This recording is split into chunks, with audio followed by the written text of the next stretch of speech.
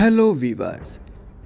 हिंदू पुराणिक ग्रंथों में हमें 4 युगों का वर्णन मिलता है, जिसमें सबसे पहले सतयुग है, जिसमें अच्छे और बुरी शक्तियां दोनों अलग अलग लोक में रहती हैं, जिसे हम देवलोक और असुर लोक भी कहते हैं। फिर आया त्रेता युग, जिसमें अच्छी और बुरी शक्तियां एक साथ एक ही लोक में रहती थी, जैसे कि रामचंद्र जी और रावण। फिर आया द्वापर युग, जिसमें अच्छी और बुरी शक्तियां एक ही परिवार में रहती थी, जैसे कि पांडव और कौरव। फिर आया कलयुग, जिसमें अच्छाई और बुराई एक ही इंसान में रहती है, जो कि आज का युग चल रहा है।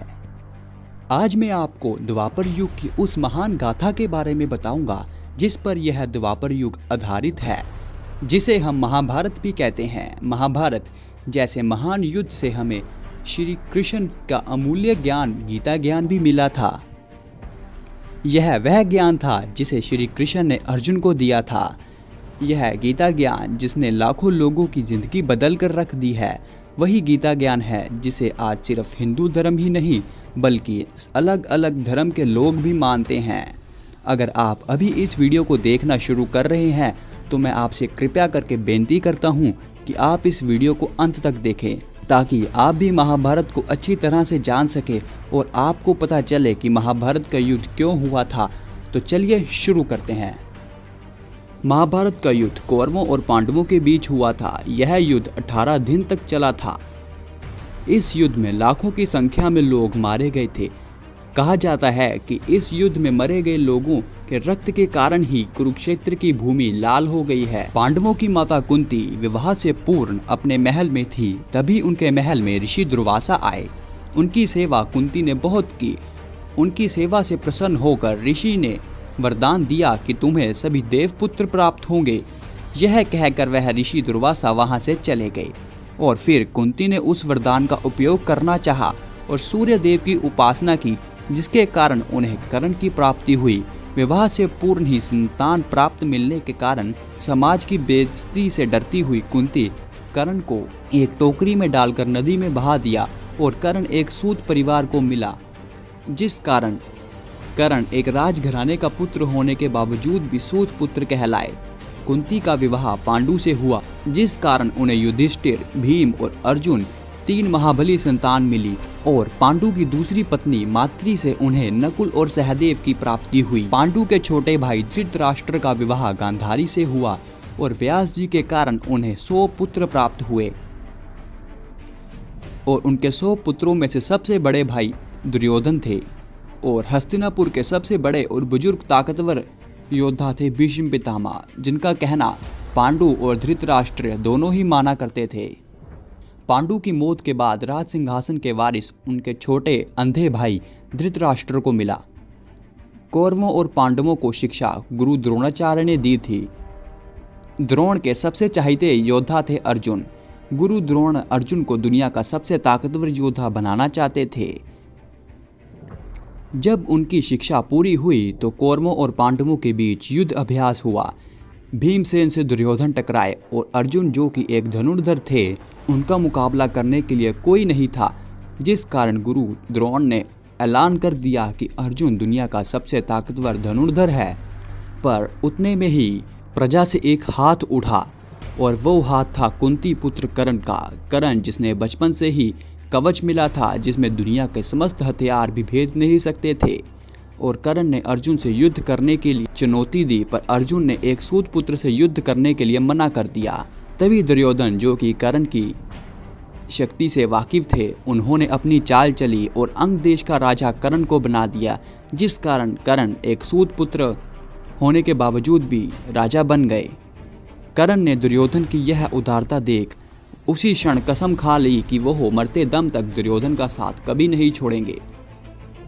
आज राजसभा में भीष्म पितामह ने ऐलान किया कि आज हस्तिनापुर के राजा पांडवों के सबसे बड़े भाई युधिष्ठिर होंगे। युधिष्ठिर को राजा बनते देख गांधारी के भाई और कौरवों के मामा शकुनी को हजम नहीं हुआ और उन्होंने अपनी चाल चली और कुछ अपने सैनिकों को पांडवों के शिविर में भेजा, जहां पर पांडवों और उनकी माता कुंती विश्राम कर रही थी। उन्होंने उनके शिविर को आग लगाने का उद्देश्य दिया, पर विदुर जी के कारण भीम को यह चाल समझ आ गई और उन्होंने सैनिकों को पकड़ लिया और मृत्यु दंड देकर राजमहल को आग लगा दी और गुप्त रास्ते से हस्तिनापुर से बाहर निकल गए और जंगल में जाकर छुप छुप कर रहने लगे। जंगल में भीमसेन का विवाह एक राक्षसी हिडिंबा से हुआ, जिस कारण उन्हें घटोत्कच नाम की संतान प्राप्त हुई। अगले ही दिन दुर्योधन ने हस्तिनापुर में ऐलान कर दिया कि पांडव मारे गए हैं और आज से हस्तिनापुर का युवराज दुर्योधन है। इस बात को 5 साल बीत गए और इसी बीच राजा द्रुपद ने अपनी बेटी द्रौपदी का स्वयंवर रचाया, जिसमें दुर्योधन असफल हुए, जिस कारण उनका मजाक बना। और उसी स्वयंवर में पांडव, जो कि जंगल में छुप छुप कर रह रहे थे, वो सबके सामने आए और मछली की आंख भेद कर द्रौपदी से विवाह रचा लिया और द्रौपदी से पांडवों को 5 पुत्र की प्राप्ति हुई। जब सबको पता चला कि पांडु पुत्र जिंदा हैं, तो वह हस्तिनापुर वापस गए और अपना राज सिंहासन मांगने लगे। भीष्म पितामह ने धृतराष्ट्र से सलाह की कि वह राज सिंहासन को बराबर बराबर कौरवों और पांडवों के बीच बांट दे, ताकि उन दोनों में लड़ाई ना हो। शकुनी मामा ने वहां भी चाल चली और बंजर जमीन, जो कि खांडव प्रस्थ की थी, वह पांडवों को दे दी और हस्तिनापुर पर आप राज करने लगे। पर पांडवों ने इंद्रदेव की तपस्या की और विश्वकर्मा जी की मदद से बंजर जमीन को उपजाऊ बना दिया और वहां अपना महल बनाकर वहां रहने लगे। और फिर उन्होंने खांडव प्रस्थ का नाम इंद्रप्रस्थ कर दिया। दुर्योधन को जब इस बात का पता चला तो वह इंद्रप्रस्थ को देखने गए, जहां द्रौपदी ने उनकी अंधे का पुत्र अंधा कहकर बेइज्जती की, जिस कारण उन्हें बहुत गुस्सा आया। दुर्योधन के बदले की आग तो तब जली जब कृष्ण ने अपनी बहन सुभद्रा का विवाह दुर्योधन की जगह अर्जुन से करा दिया। अर्जुन और सुभद्रा के मेल से अभिमन्यु नाम की संतान पैदा हुई, जिसका लालन पोषण कृष्ण ने किया और उन्हें युद्ध कला भी श्री कृष्ण ने ही सिखाई। दुर्योधन पांडवों और द्रौपदी से बदला लेना चाहते थे, जिस कारण शकुनी मामा और दुर्योधन ने युधिष्ठिर समेत पांडवों को जुआ खेलने के लिए बुलाया। जुए में कौरव जीत गए और पांडव अपना राज सिंहासन हार गए। राज वापस लेने के लिए पांडवों ने द्रौपदी को दांव पर लगा दिया और वह द्रौपदी को भी हार गए। भरी सभा में दुर्योधन और दुशासन ने द्रौपदी के वस्त्र हरण करने की कोशिश की, पर श्री कृष्ण ने द्रौपदी की इज्जत बचा ली और द्रौपदी ने समस्त सभा के सामने प्रण लिया कि जब तक वह दुशासन के रक्त से अपने बाल नहीं धो लेंगी, तब तक वह अपने बाल नहीं बांधेंगी। पांडवों को कौरव ने दंड दे दिया। इस दंड में उन्हें 13 साल का वनवास और 1 साल का अज्ञातवास मिल गया, जिसे उन्हें स्वीकार करना ही पड़ा। वनवास के दौरान पांडव कौरवों से बदला लेने के लिए रणनीति बनाने लगे और अपनी युद्ध कला को बढ़ाने लगे। युद्ध कला बढ़ाने में उनकी मदद श्री हनुमान जी और शिव जी ने की। वनवास और अज्ञातवास भोगने के बाद वह जब वापस हस्तिनापुर अपना राज सिंहासन लेने गए, तो दुर्योधन ने राज वापस करने से मना कर दिया और तभी पांडवों के दूत श्री कृष्ण ने युद्ध का ऐलान कर दिया। समस्त हस्तिनापुर 2 गुटों में बट गया। एक पांडु पुत्र के गुट था और दूसरा कौरवों का गुट था। पांडवों के साथ कई राजा थे जिनकी मदद पांडवों के पिता पांडु ने की थी और कौरवों के साथ भीष्म पितामह, गुरु द्रोणाचार्य, अंगराजकर्ण और अश्वत्थामा जैसे महाबली योद्धा थे। युद्ध के पहले दिन कौरवों के सेनापति भीष्म पितामह सेना को निर्देश दे रहे थे और दूसरी ओर अर्जुन कहीं खोए हुए थे, थोड़े से बेचैन थे। कृष्ण के पूछने पर उन्होंने जवाब दिया कि उनके सामने खड़े दुश्मन उनके दुश्मन नहीं हैं, बल्कि उन्हीं के ही भाई और सगे संबंधी हैं। वह उनके खिलाफ हथियार कैसे उठा सकते हैं। तब श्री कृष्ण ने उनका नेतृत्व किया। उन्होंने अपने विकराट रूप के दर्शन करवाए। उन्हें वह ज्ञान दिया जिसे आज हम गीता ज्ञान के नाम से जानते हैं। वही गीता ज्ञान जो अर्जुन के पास था और कौरवों के पास नहीं था, जिस कारण कौरवों की हार हुई और पांडवों की जीत। क्या आप जानना चाहते हैं कि वह ज्ञान कौन सा ज्ञान था? तो मैं आपको बता दूं, वह ज्ञान था धर्म और अधर्म का ज्ञान, अच्छाई और बुराई का ज्ञान, सच और झूठ का ज्ञान। गीता ज्ञान प्राप्त कर अर्जुन ने शस्त्र उठाए और युद्ध शुरू हो गया। 18 दिन तक चले इस घमासान युद्ध के 9 दिन बीत गए थे, पर कुछ खास हासिल नहीं हुआ था। जो हुआ था वह कई सैनिकों की मौत हुई थी।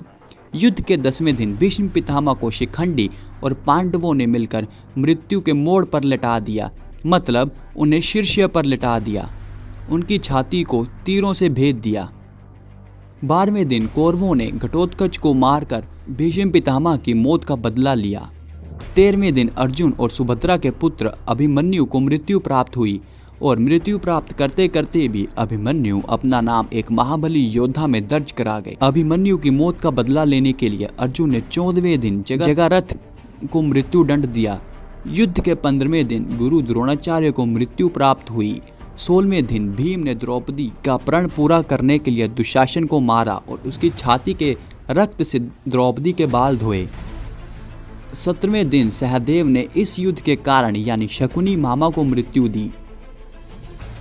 इन 17 दिन तक भीम ने कौरवों के 99 भाइयों को मार दिया था और आखिर में 18वें दिन भीम ने दुर्योधन को भी मार दिया और इसी की मौत के साथ हस्तिनापुर में पुनः धर्म राज्य शुरू हो गया था। दोस्तों, महाभारत एक बहुत बड़ा काव्य है। इसमें 1,10,000 श्लोक हैं। यह एक छोटी सी स्टोरी है जिसे आप अपने बच्चों, अपने भाई बहन, अपने सगे संबंधियों को शेयर कर सकते हैं, जिस कारण वह भी जान सकें कि महाभारत का युद्ध क्या हुआ था और किस कारण हुआ था।